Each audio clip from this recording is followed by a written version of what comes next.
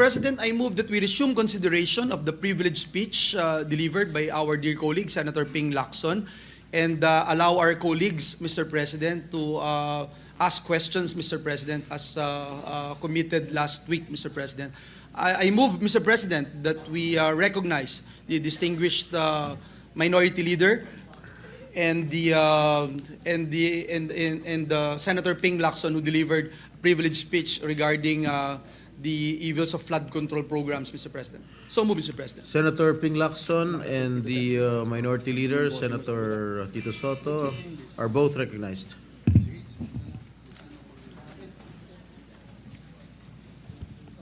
Thank you, Mr. President. Will the distinguished gentleman from Cavite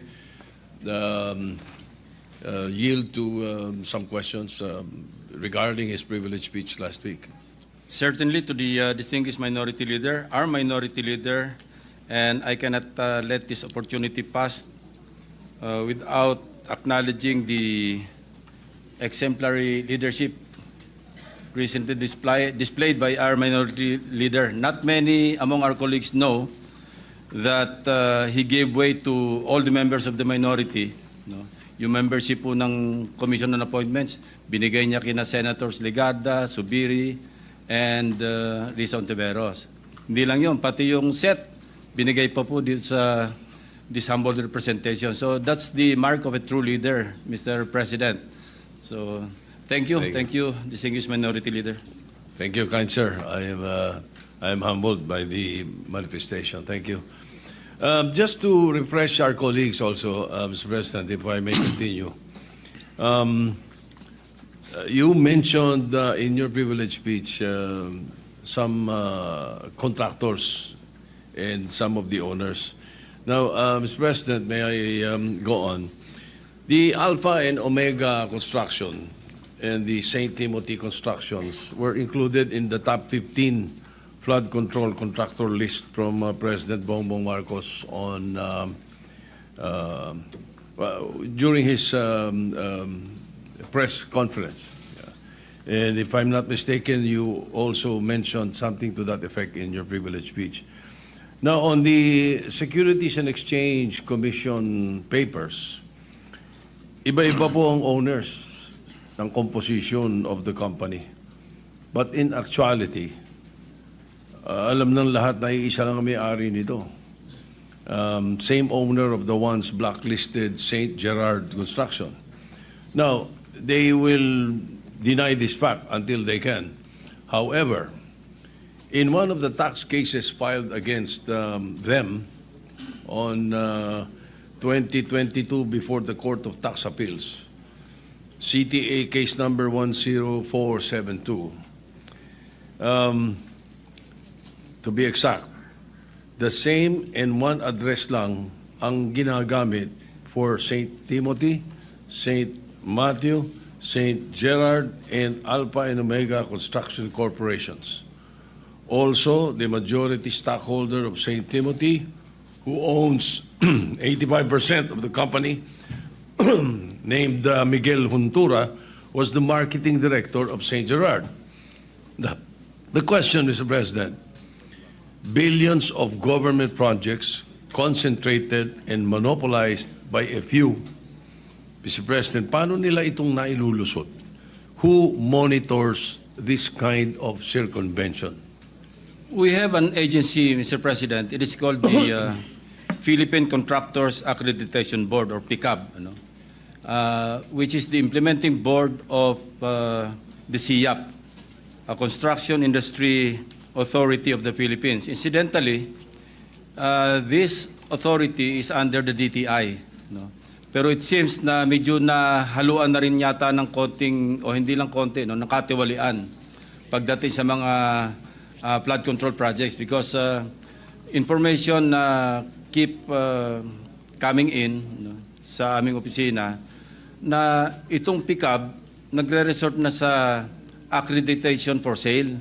May mga ganyang reports, and I've talked to some contractors, private contractors, na they had this experience of being offered accreditation by PICAB, na sila na yung bahala sa bank certificate, and other requirements, no?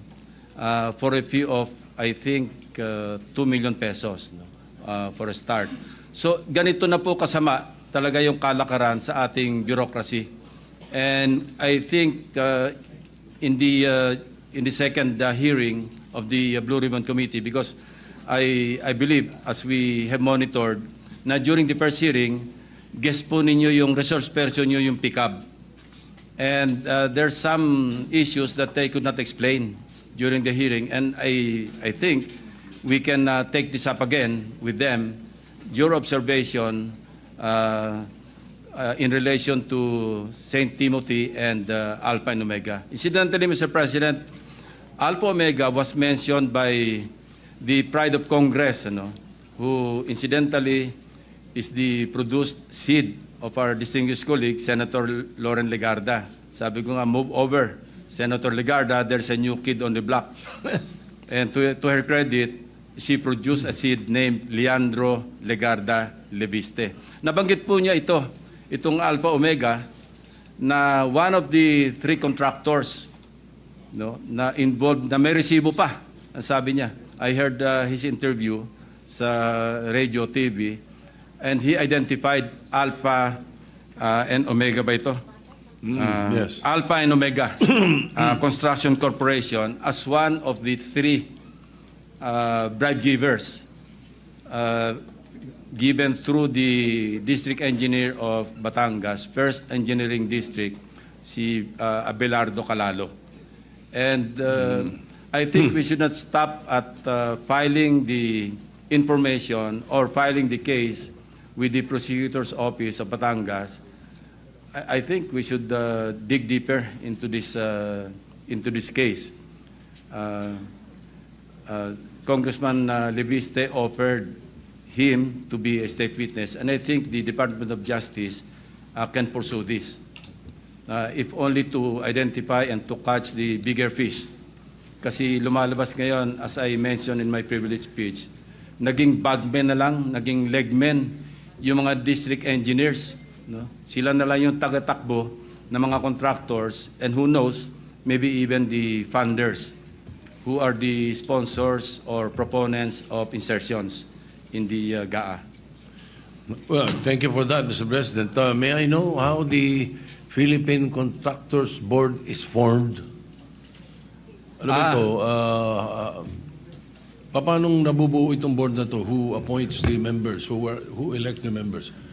Let me look into that, Mr. President. But I think that's a good question to be raised in the second hearing of the Blue Ribbon Committee, led by our distinguished colleague, Senator Marcoleta.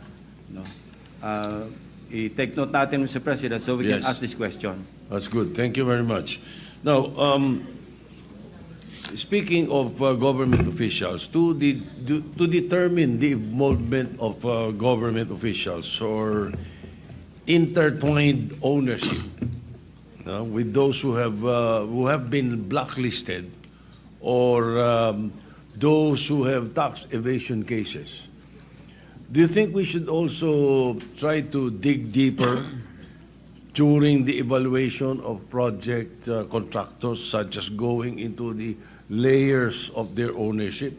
Hindi po ba dapat ganun ang gawin? Certainly, Mr. President, we should look into that. Yung interlocking directorship ang tawag doon, na kung saan nile-layer, pero pag tiningnan mo yung corporation documents ng several corporations, nag-i-interlock yung mga director, sila rin. And of course, nile-layer para hindi ma-identify. And this is a practice being committed by, mga unscrupulous corporations that deal with the government, particularly mga flood control projects. Yeah, Mr. President, your guess is as good as mine also. Hindi ko nga alam kung paano nabubuo itong Philippine Contractors Accreditation Board.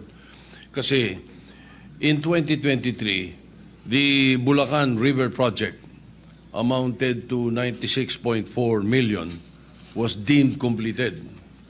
However, upon the ocular inspection of the President, stated that more than 200 meters of revetment was not built. And the contractor is St. Timothy Construction Corporation. O sila na naman yun. So after this anomaly, the PICAB, o yung Philippine Contractors Board, no?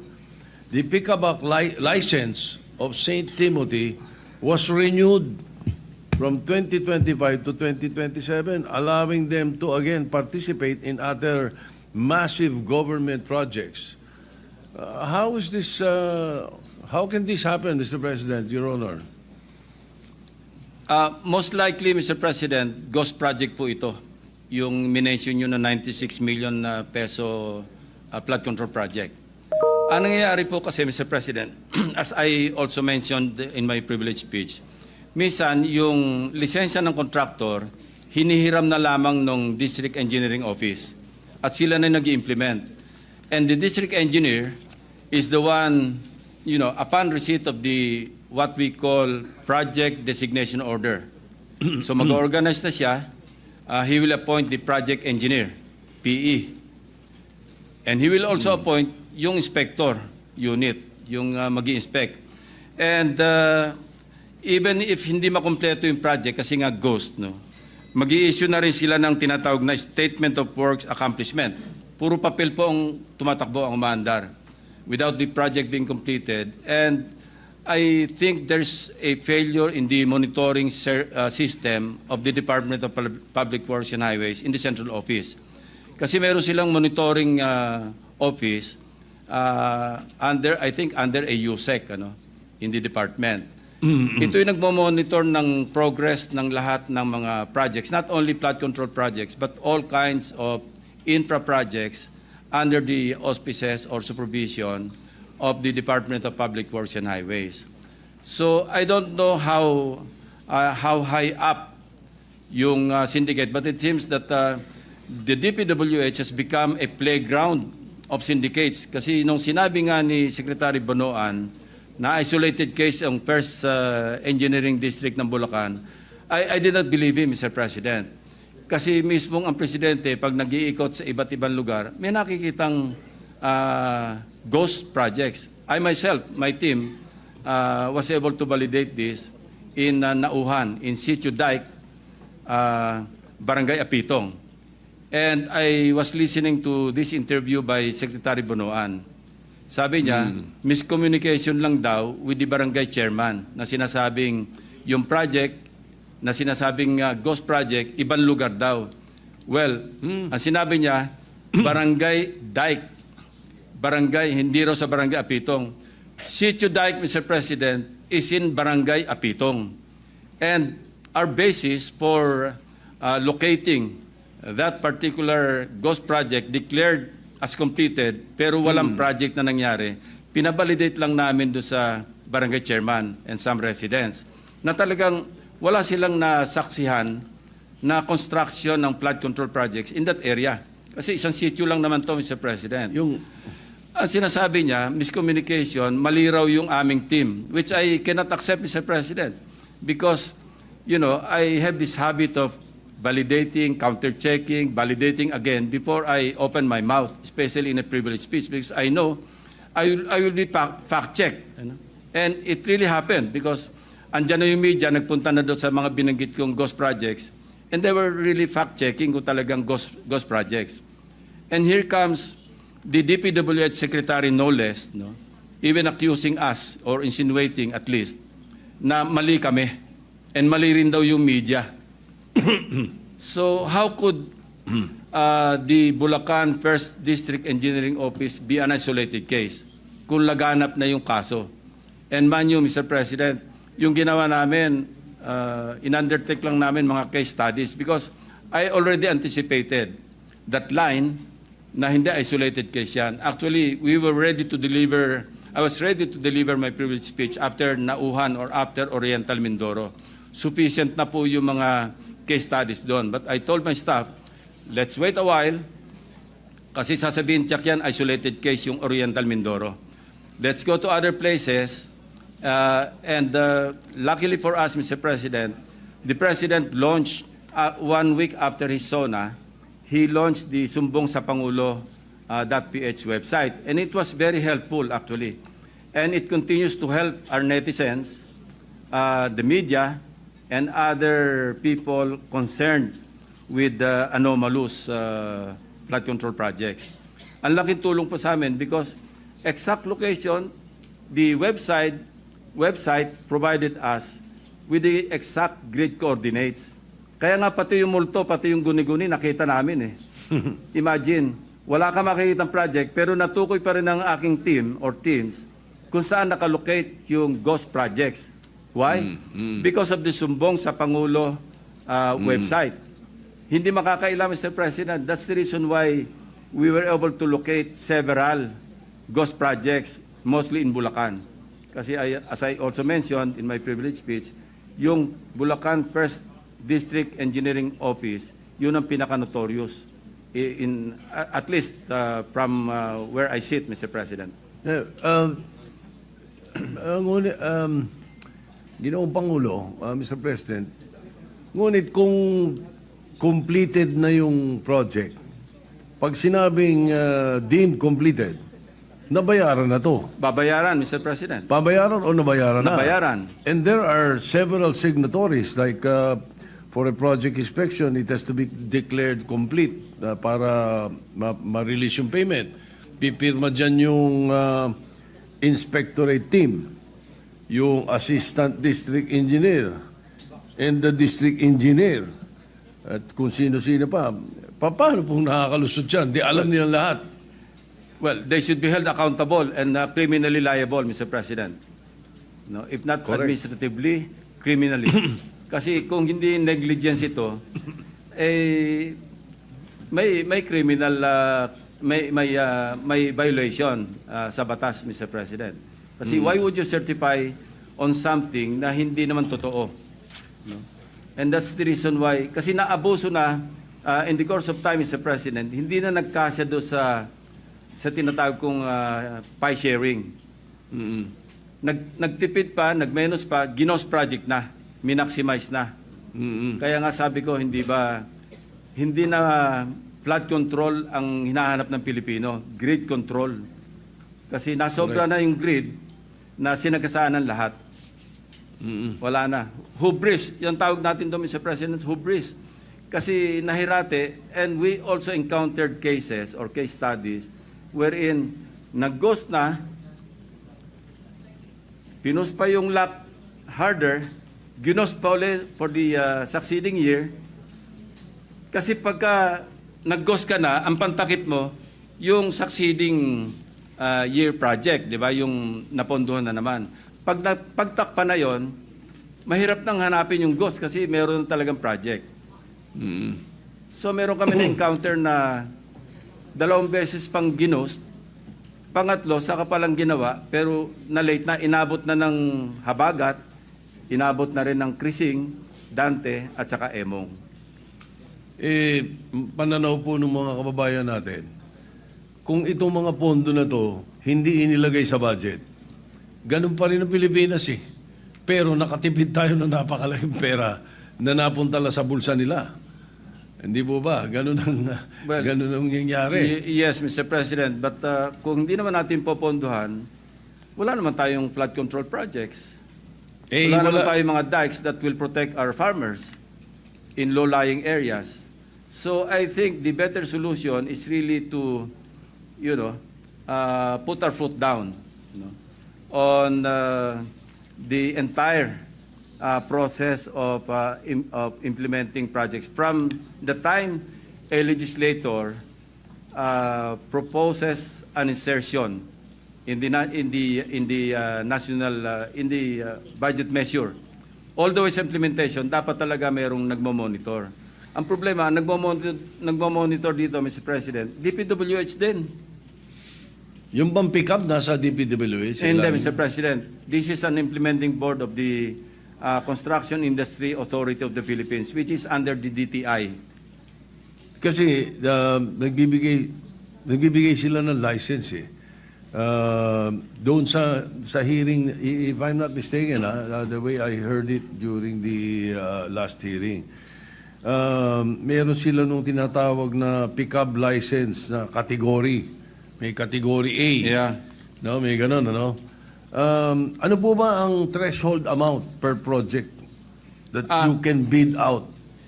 Meron pong categorization yan eh. Mayroong classification table. Ito, based on the Board Resolution number 201, series of 2017. Pick up din po nagka-categorize dito. Pag sinabi mong, okay, general engineering, pagka A, no? Pag sa general engineering, ang minimum net worth, yung equity, 30 million pesos. Tapos makakakuha ng credit points na 300 points. Merong hanggang sa umabot doon sa overall credit points.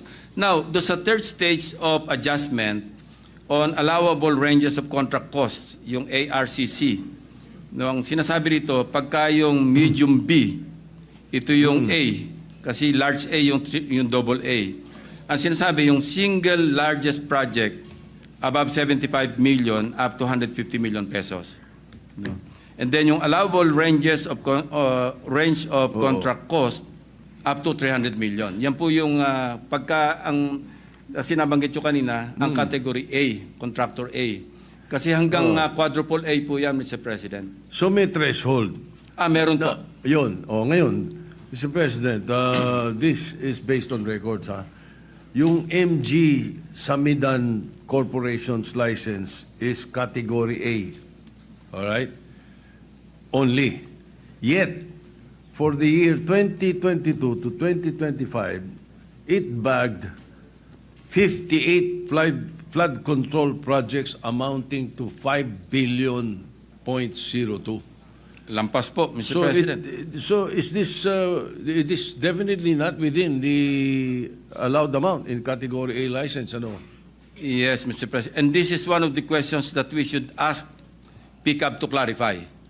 Kasi paano makakakuha ng ganong kalaking kontrata kung siya'y medium B or license category A?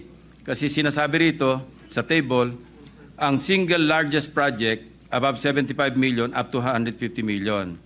And allowable range of contract costs up to 300 million. Kasi kung billion, medyo lampas-lampasan siguro. 5 billion po. Baka pang quadruple or triple A na yan, Mr. President. 5 So we billion should po. ask Ito pa. them. Maganda ito, lalong sumasarap. In 2019, itong MG Samidan's paid up capital is only 250,000 pesos. Lalo na, Mr. President. Ano? Di ba? Come 2022, how is it possible that their financial capacity increased to undertake billions worth of projects? I think, Mr. President, distinguished minority leader, we should attend the second hearing of the Blue Ribbon Committee and clarify po natin ito. Wala po yung ating chairman ng Blue Ribbon dito, but I have a comment, if I may, Mr. President, distinguished majority leader. September 1 din yata yung first hearing natin ng DBCC. Baka naman pwedeng pagsalisihin natin yung petsa kasi parehong gusto nating mag-attend do sa dalawang all too important hearings.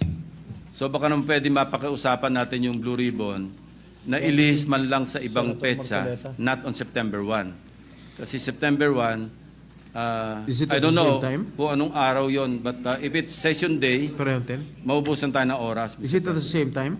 Yeah, we take note of that, Mr. President.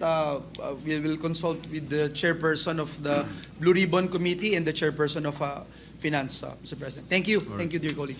Thank you, Mr. President. Now, during the hearing also, Mr. President, that's why talagang tama, napakahalaga na maka-attend tayo nito mga hearings na ito. I found out that yung blacklisting po nila is only 1 year. I feel that it's too lax a penalty for being blacklisted. Hindi lang yun tapos gagawa pa ng ibang kumpanya. Do you think we should come up with a sticker penalty? Let's say 3 to 5 or 3 or 5 years. Pag na-blacklist ka, dapat 5 taon, hindi ka pwede. What do you think, Your Honor, Mr. President? Mr. President, I was told that the creation of PICAB is under Republic Act 4566. And I think we should revisit RA 4566 para ma-check natin itong, I won't say anomaly, but itong probably, kailan i-update natin yung batas, Mr. President.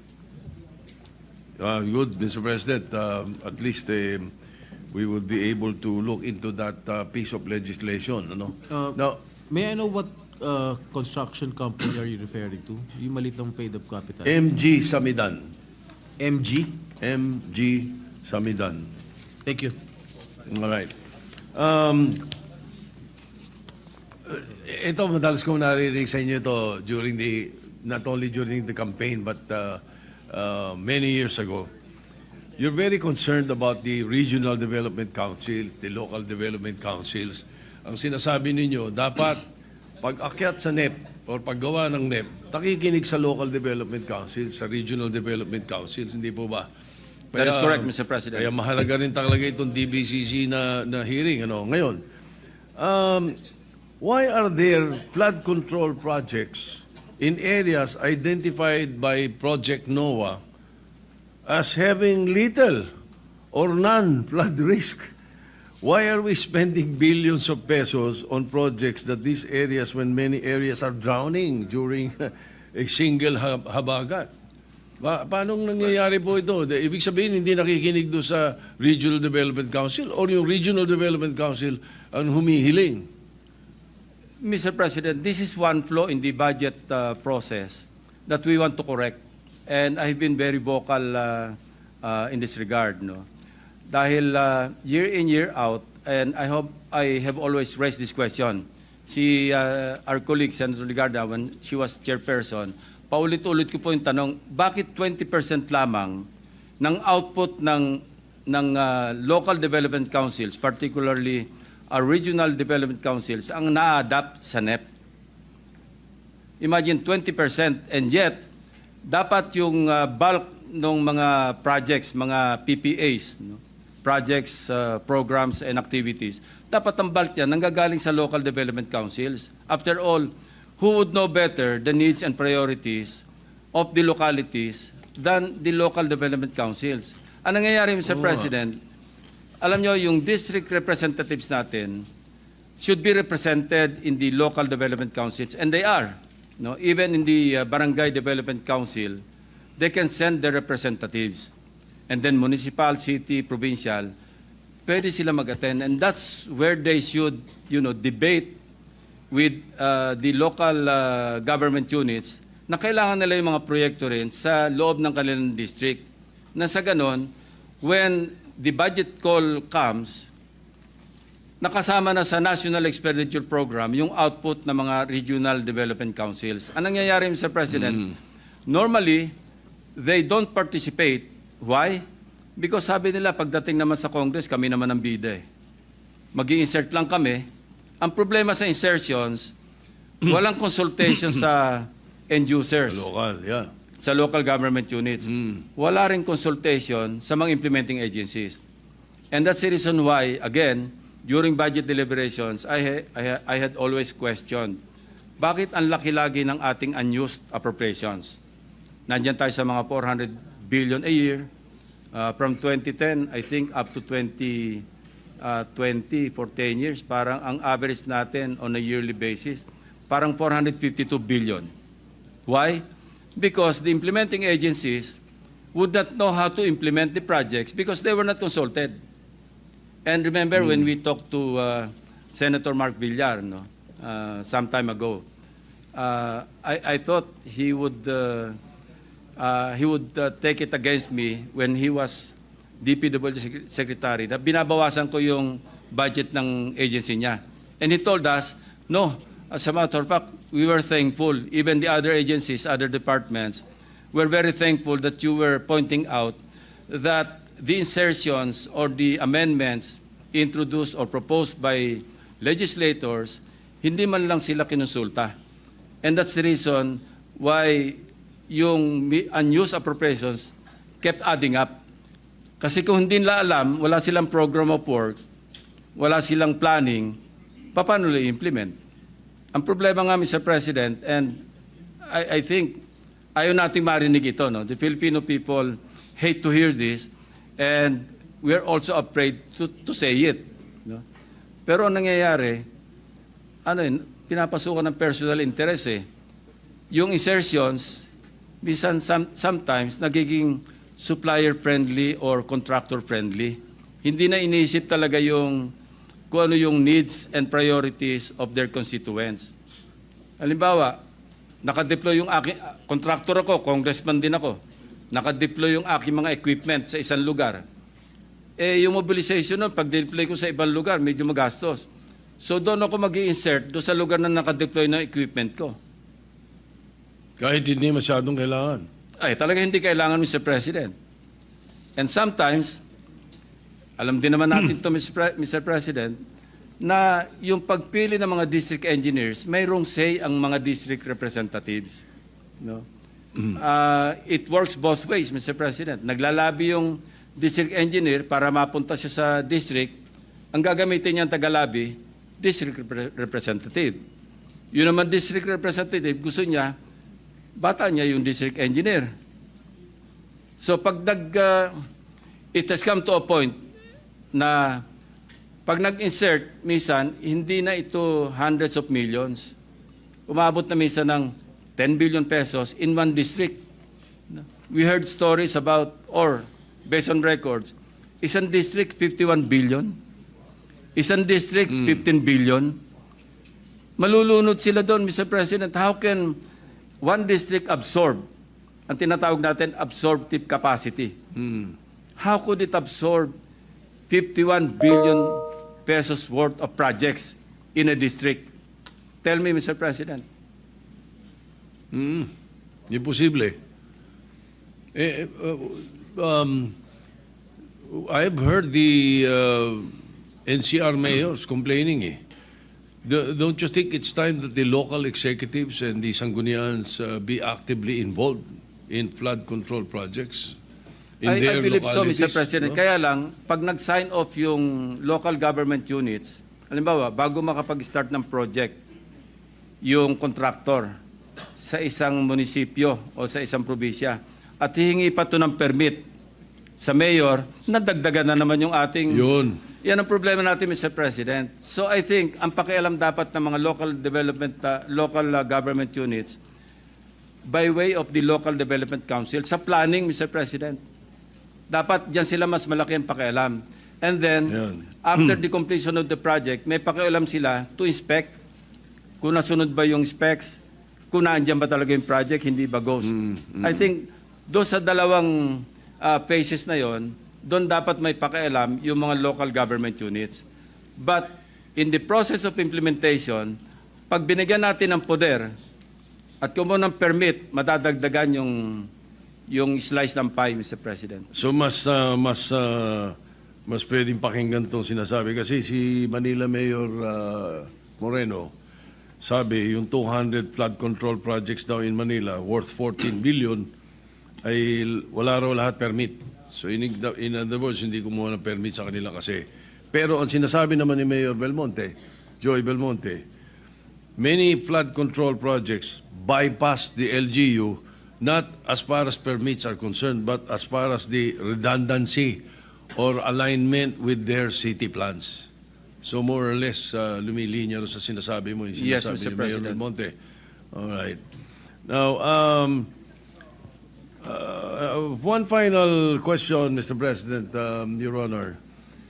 Do you think it's time we put a cap on how many government infrastructure projects a contractor may be awarded?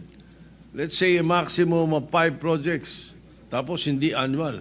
Total, ilang daan yung mga kontratista na yan, napakadami nila.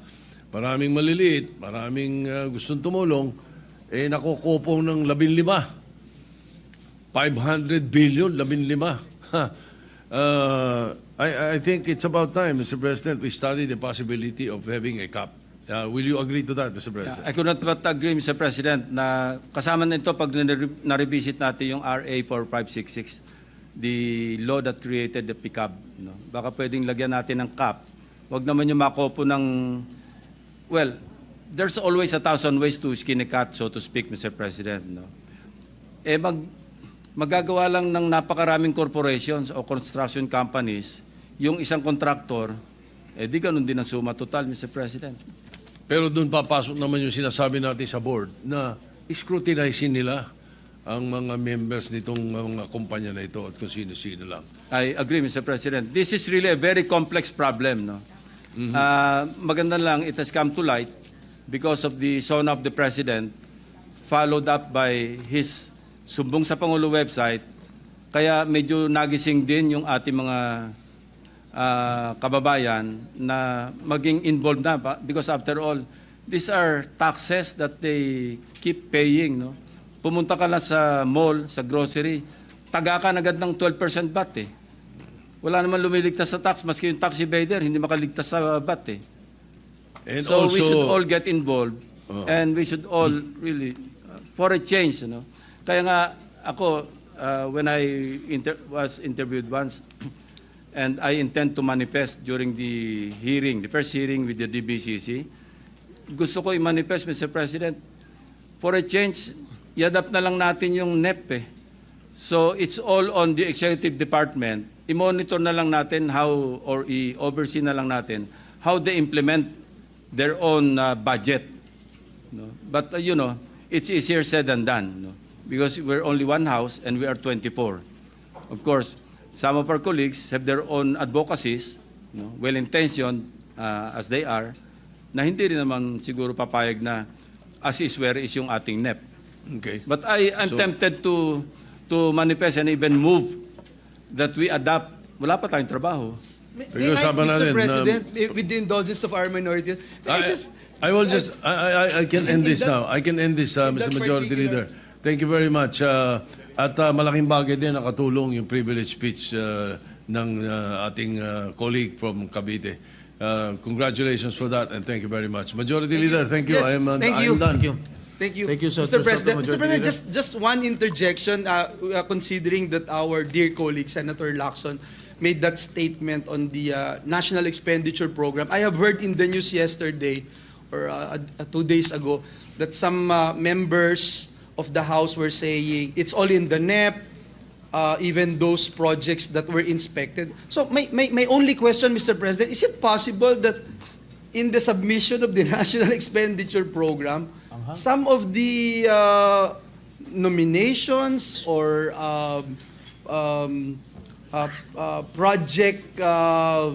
pet projects of legislators will also be part of the NEP, that it's already there, and therefore you cannot say it's just a executive budget, and therefore wala na sila, excluded na yung kung sino man yung proponent ng isang proyekto. That's a question that I'd like to, just one question. It is already happening actually, Mr. President. You know, I talked to one official from the DPWH.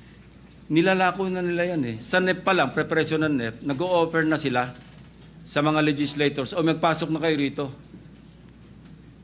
So it takes two to tango. And how do we prevent that, Mr. President? Well, nangyari kay minority leader, distinguished minority leader. He confided to me. Somebody from the DPWH, an undersecretary, called him up, or his staff, ano, nag-o-offer, sabi niya, sabi mo kay Tito Sen, magpasok na siya sa NEP. Now, if we don't dance the tango with the other party, hindi mangyayari, Mr. President. Thank you, Mr. President. Mr. President, next to interpolate is the gentleman from Palawan, Senator Erwin Tulfo. I move that you recognize, Mr. President. The gentleman from Palawan, Senator Erwin Tulfo, is recognized. Thank you, Mr. President. First of all, I would like to manifest, being the Vice Chair of the Blue Ribbon Committee, we have already invited the Philippine Contractors Accreditation Board on our next hearing, Mr. President. Mr. President, I rise today with anger and frustration, not just as a legislator, but as a Filipino taxpayer. Because what I heard in the privileged speech of our colleague, Senator Lacson, is nothing short of a national disgrace. Ginoong Pangulo, ito po ay garapalan at sistematikong pandarambong harap-harapan.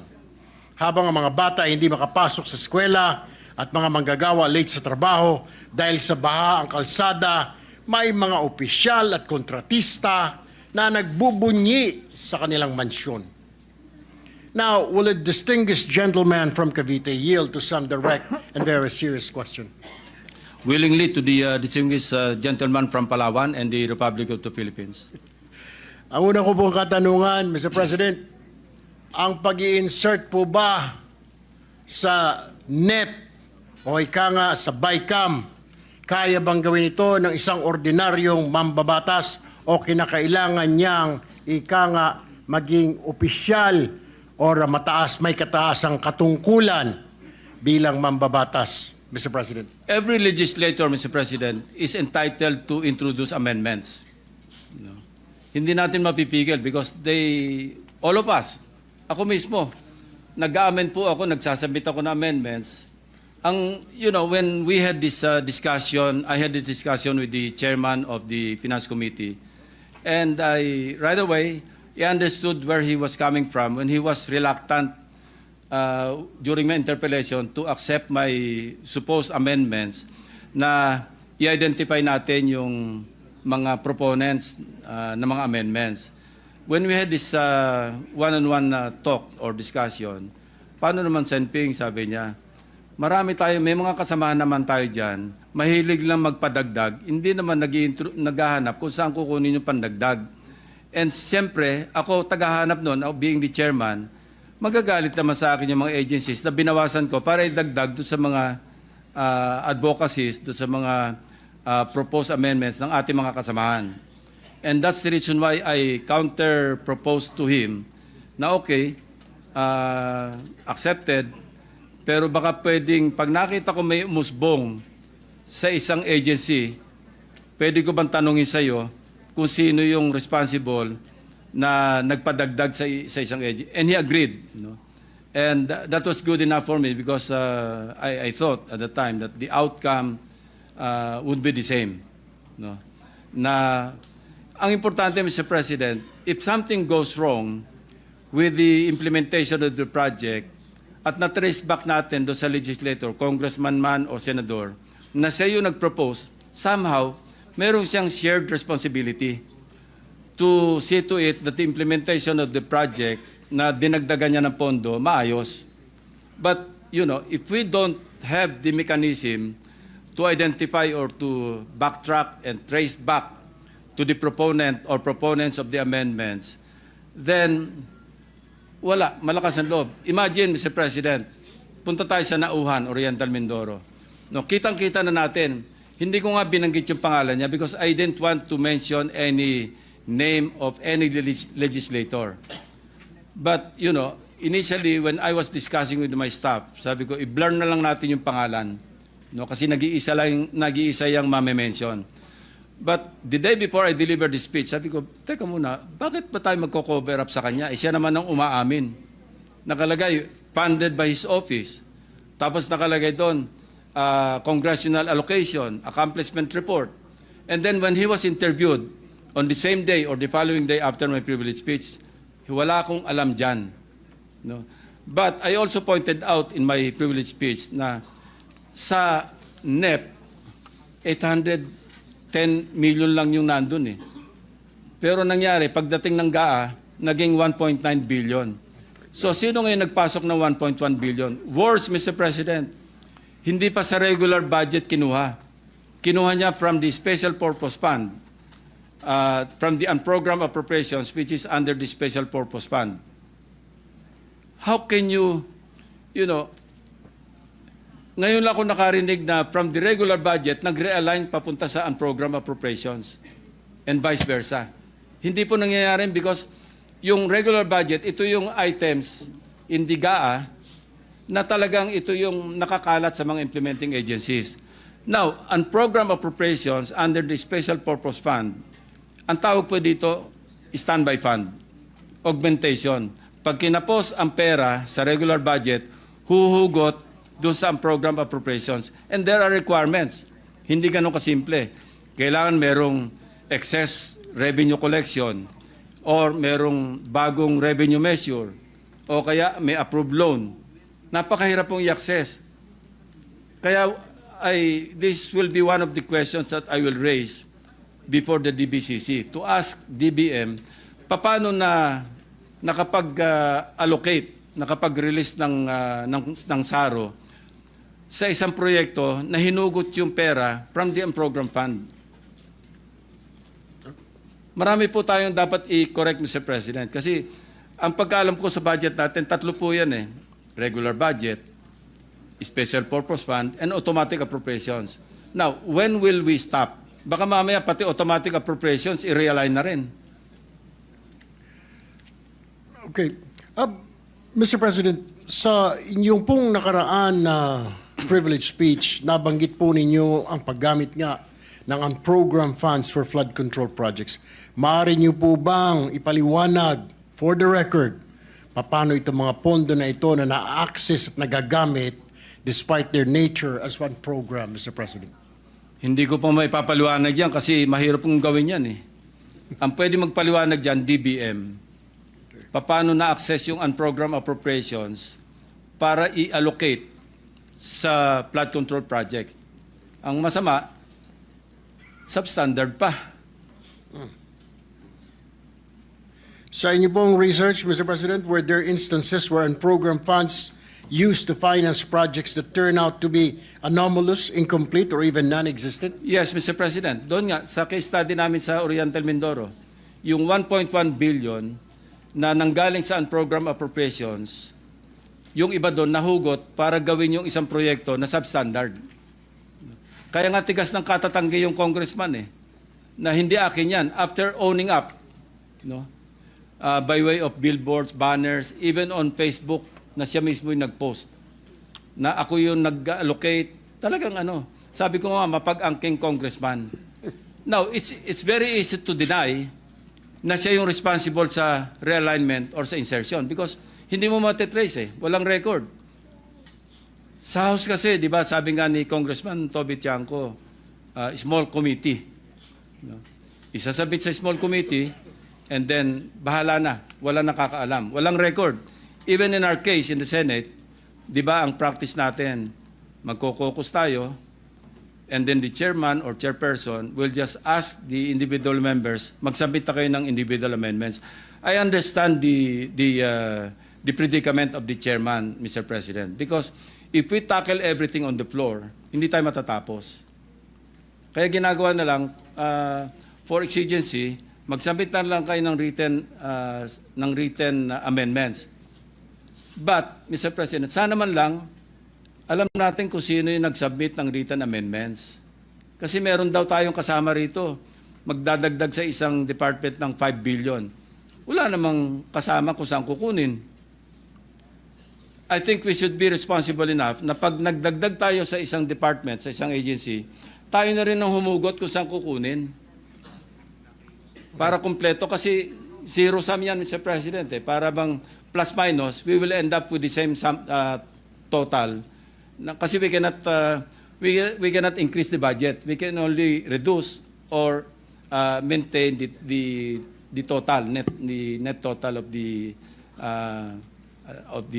items or the funds for that particular GAA. Mr. President, you also mentioned coded budget in Bulacan First District. There were 28 projects all pegged in 77.199 million. Sa dinami-dami po ng ahensyang naghimay-himay ng budget, bakit po nakalusot? Bakit ngayon lang natin ito nakita? Bakit tila hinayaan natin na mangyari ito, Mr. President? The same question lingers in my mind, Mr. President. Paano nangyari? I cannot answer your question, Mr. President. Mr. President, sa darating po na budget deliberation, paano po ito dapat bantayan, lalo na ng mga parte ng inyo pong grupo, ng minorya? Well, sa akin, one good deterrent is to identify the proponents of the amendments or insertions. Malaking deterrent po yun. Kasi sa ngayon, malalakas ang loob na mag-insert in the billions or tens of billions of pesos kasi alam nila hindi naman sila ma-identify eh. But if they know that the records would show kung sino yung mga nag-introduce ng amendments or insertions, then that's a good deterrent. Hindi lang yun, Mr. President. Sabi ko nga kanina, there will be a shared responsibility on the part of the proponent or proponents to really monitor yung implementation ng mga proyekto na sila mismo yung responsible for the insertion. Mr. President, to what extent do members of Congress or local officials have discretion or influence in identifying flood control projects in their areas, Mr. President? There should be no discretion, Mr. President. Dapat ito nakapasok lahat do sa local development plans being submitted all the way up, from the Barangay Development Council to the municipal or city, to the provincial, and eventually to the regional development councils. I'm glad that the President issued Executive Order number 82, enhancing or strengthening the regional development councils. And I hope maging active talaga yung mga regional development councils, yung mga local development councils in the crafting of the National Expenditure Program. Ang problema, the timing is off. No? I heard from most governors na while the budget call happens sometime in February, March, April, prior to the zone of the President, kasi within 30 days, kailang may sabit na yung NEP sa House of Representatives. The problem is, hindi pa tapos yung mga regional development councils. Late na sila. So hindi na sila makakahabol sa budget call. I think DBM or the DBCC, Development Budget Coordination Committee, should take a second look doon sa timing or the pacing of the budget process. Mauna sana dapat yung pag-submit ng mga regional development councils. Anyway, members din naman doon yung mga regional directors ng national agencies, along with the governors. Dapat mauna sila bago mag-budget call. Na sa ganun, nakasynchronize yung mga needs and priorities ng mga local government units doon sa ipiprepare na National Expenditure Program or the President's budget. Pangulo, nabanggit din po ninyo sa inyong nakaraang privilege speech na may mga contractors tulad ng Darcy and Anna Builders, Wawa Builders, that are repeatedly implicated in fake or recycled projects that are so-called ghost or guni-guni projects. Bakit po nangyayari ito? Ano po ba, meron po bang pamamaraan, Mr. President, na maiwasan na ito sa susunod, na ito po'y matanggalan na lisensya, na ito po'y makasuhan para hindi na po umulit pa? Rightly so, Mr. President. We really should run after these people, But, of course, we also have to rectify yung mga flaws sa ating sistema sa gobyerno rin. Because it is the PICAB that issues accreditation, even to agencies na nabanggit na nga ni Minority Leader kanina, na may kaso na sa Court of Tax Appeals, nire-renew pa yung accreditation. Tapos single A lang yung ang categorization, bibigyan mo ng pagkalakalaking proyekto. So these are things that we should tackle when the Blue Ribbon Committee resumes its next hearing. We should raise this issue with PICAB, with DPWH, with all the agencies that should clarify these matters.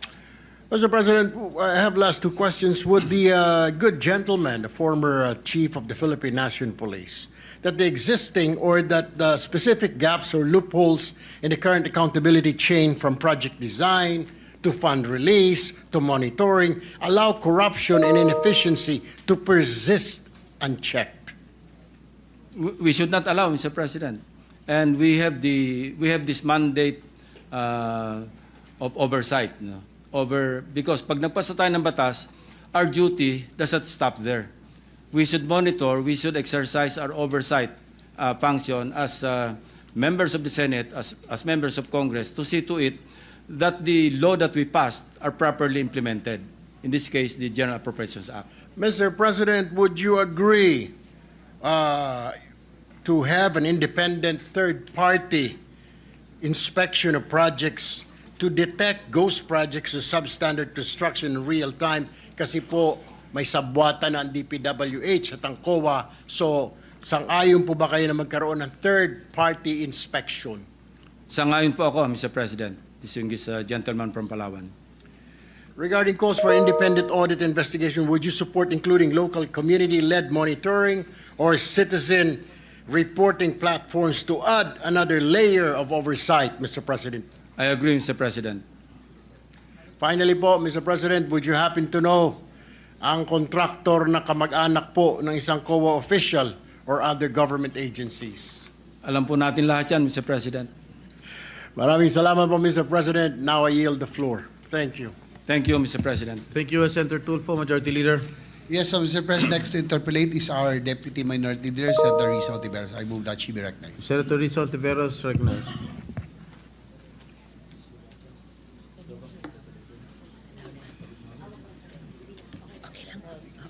Salamat, Mr. President. To my respected colleague in the minority, maaari po bang makapagtanong din ng ilang mga tanong? Opo, to the distinguished lady from Capiz. Salamat po, Mr. President. Mr. President, sa privilege speech nyo, nabanggit nyo po yung mga questionabling proyekto na ipinasok sa General Appropriations Act. Paano po ba sinisigurado na yung budget na pinasok para sa mga proyekto ay napupunta sa piling contractors, Mr. President? DPWH po ang makakasagot niyan.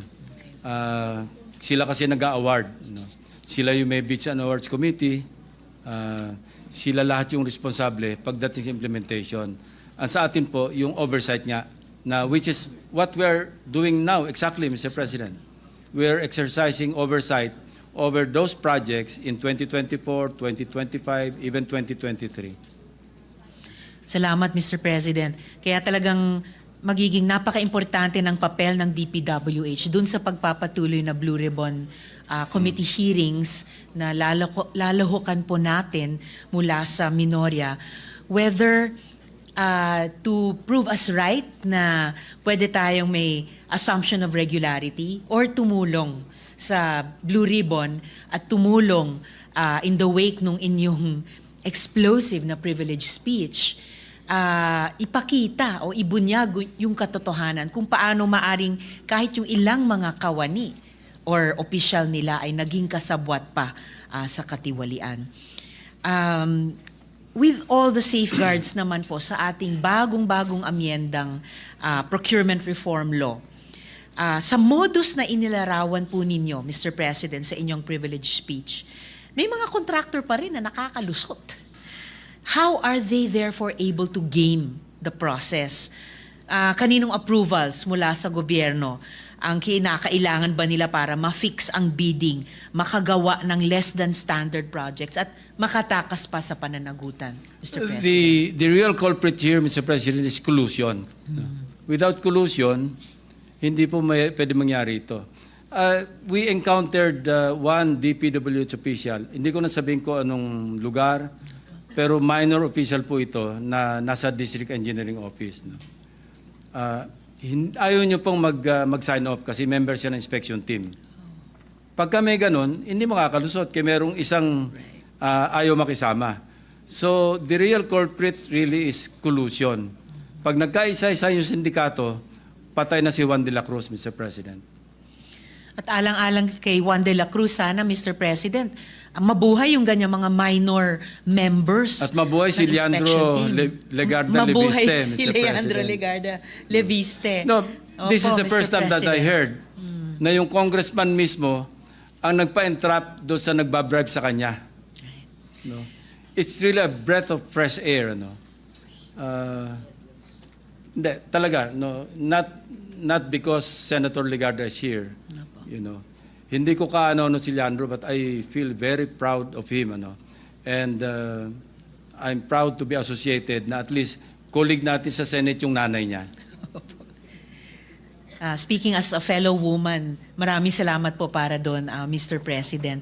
At sana nga po, yung nararamdaman po ninyo, Mr. President, na breath of fresh air, pag pinagsama-sama yung mga dumarami at lumalakas na efforts sa ngayon, yung sinight po ninyong website na nilaunch ng Office of the President, yung inyong privilege speech, Mr. President, yung pioneering effort ni Representative Leviste, yung pagpapatuloy ng ating Blue Ribbon Committee hearings, ay sana po talaga magkaroon ng isang kind of counter-collusion dito sa collusion na sinasabi nyo nga, Mr. President, na yun ang pinaka-culprit para itong mga krimen na ito and continuing crimes na ito ay hanggang ngayon hanggang sa point in time na ito ay hindi pa effectively challenged. Baka ngayon po ay pwede po nating pagtulong-tulungan lahat. Yes, dito sa Mr. President. Senado. If it's not asking too much, I would like to propose that the Sumbong sa Pangulo website be expanded to cover other infrastructure projects, hindi lang flood control. It will really help a lot because it helped us a lot in preparing our privilege speech. Ang laki pong tulong talaga. I can believe you, Mr. President, at sana agad maipahayag iyon ng ating PLLO sa Office of the President. Yun naman pong ilan sa contractor na sangkot sa flood control project scams ay hindi po first-time offenders, Mr. President, at na itanong na rin po ito sa inyo ni na Minority Leader at ni Senator Erwin din. Halimbawa, St. Gerard Construction na pagmamay-ari din ng mga diskaya, blacklisted na po nung 2020 pa lang, di po ba? Nung 2016 naman, nasuspindi sila. Pero, ayun na nga po, nagpalit na lang ng pangalan, nakakuha pa rin ng 440 million pesos worth of contracts. At isa pang halimbawa, yun na nga pong Ed Marie. Hindi po ba na mayroon na yung track record ng serious contract violation? So, meron po tayo ditong mga recidivist, mga repeat offenders, Mr. President. Yeah. What can I say, Mr. President? What can we say, Mr. President? So, ito po yung usapin ng blacklists. Tinalakay din nga po ni Minority Leader. How would blacklists work if, yun na nga, nagpapalit lang sila ng pangalan, Mr. President? Sa kaso nitong mga diskaya, mayroon silang St. Timothy, Alpha and Omega at St. Gerard nga na pinag-usapan nyo earlier. Tapos ngayon, lumalabas na may isa pa, Elite General Contractor. How would blacklists work kung nakapagtatayo lang din ang mga contractor ng bagong kumpanya para ikutan yung blacklist na yan? At bakit pa tayo nag-blacklist? Tapos nakakabalik lang. So, ang tanong ko po, Mr. President, how? How can we impose a true, effective blacklist kung saan yung mga abusadong contractors hindi na talaga makakuha ulit ng kontrata? At ito, napag-usapan nyo rin earlier, Mr. President, kay Minority Leader, hindi ba dapat sinuspindi na sila ng PCAB mismo, ng Philippine Contractors Accreditation Board? Di ba dapat may one-strike policy tayo? Or sila, yung PCAB mismo, Mr. President? Yes, I think, a closer coordination and cooperation, interagency, SEC, PCAB, DPWH, at least magkakaroon din ng checks and balances. Kasi siyempre magre-register yung corporation sa SEC or kung sole proprietorship sa DTI. So kung ma-check by way of good record check and background investigation, kung blacklisted, maski iba yung pangalan, matrace nila na pareho rin pala yung mga incorporators, wag na lang nila i-register as a corporation sa SEC. So a close coordination and cooperation between and among the different agencies of government. Wag lang sila magkukulud. No? Dapat check and balance sa halip na collusion. Agree, Mr. President. Sa halip na collusion, which is lalong na-expose na ito talaga yung krimen dito sa flood control projects or kahit pa, as you were saying, Mr. President, sa ibang mga infrastructure projects na dapat ma-cover din ng isang sumbong website. Maigi nga po kung may interagency coordination. Also to make each and every agency in that group an honest broker. Kung alam po ng PCAB na ngayon po sa interpellations na ito, nagkakaroon tayo ng duda kung nandun sila sa isang interagency body. Tama po kayo, Mr. President, mas makaka-check and balance, pati sa isa't isa sa pagganap ng kanilang tungkulin. Pagdating naman po sa proseso ng post-construction phase, ito na pag-usapan nyo rin with Sen. Erwin, hindi ba dapat nakatutok ang COA dahil sa mga multimillion projects na ito para mapigilan ang katiwalian? Kaya lang nga po, Mr. President, lumabas nga po sa balita over the weekend na ang asawa ng isang COA commissioner ay nakakuha di umano ng humigit kumulang na 200 million pesos worth ng flood control projects. Ibig sabihin, so ito, umaalingaw sa isip ko, Mr. President, yung termino yung collusion, yung mismong opisyal ng ahensyang na atasan i-audit ang mga proyektong ito ay tila may koneksyon sa modus ng flood control. So, paano kaya, Mr. President, Well, kapag Mr. President, ganyan? nabanggit ko rin to sa aking privilege speech. Kasama ko, 0.5% to 1%. Pag malaking project, payag yung COA, I believe they are referring to the resident COA. Payag sila sa 0.5% kasi ang laki ng project, volume Pag medyo alanganin yung project, medyo maliit lang, hindi mapayag ng 0.5, kailangan 1%. So kung kasabot pati yung COA, kasabot yung inspector team, kasabot yung district engineer, kasabot yung project engineer, naloko na, Mr. President. Naloko na, Mr. President. May layers of collusion pala na pinipil away lang Well, ngayon. you know, Mr. President, coming from law enforcement, ako laging ang aking, where I'm coming from, gusto ko talaga merong certainty of punishment. Kasi pag hindi napaparusahan, lalong na-embolden, at the same time, lumalakas sa loob ng mga susunod, nakakalusot naman gagayan na rin ako. Pero kung merong maparusahan, mag-iisip na maraming beses yung susunod.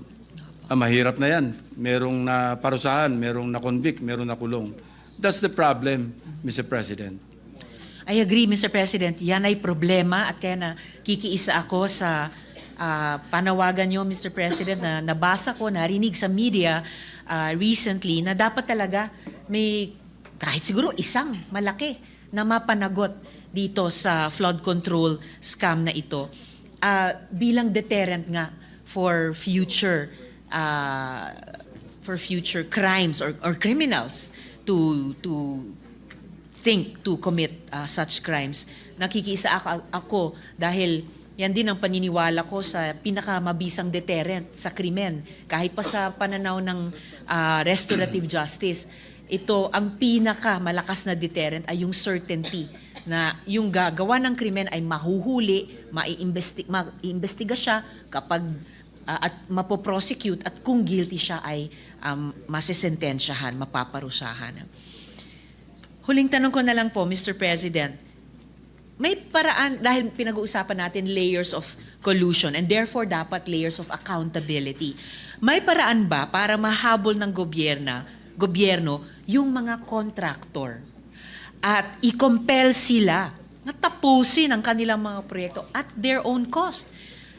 Magkano po ang porsyento na napupunta ulit sa warranty or performance bond para sa mga 10%. nasirang Yeah, 10%. Ang laki. So, anong pagwawasto o indemnification ang maaaring singilin laban sa mga contractors na may mga proyektong nasira, Mr. President? Depende sa violation, Mr. President. Kung obvious naman, lalo na kung ghost project, alam nga namang i-repair lang nila yung ghost project nila.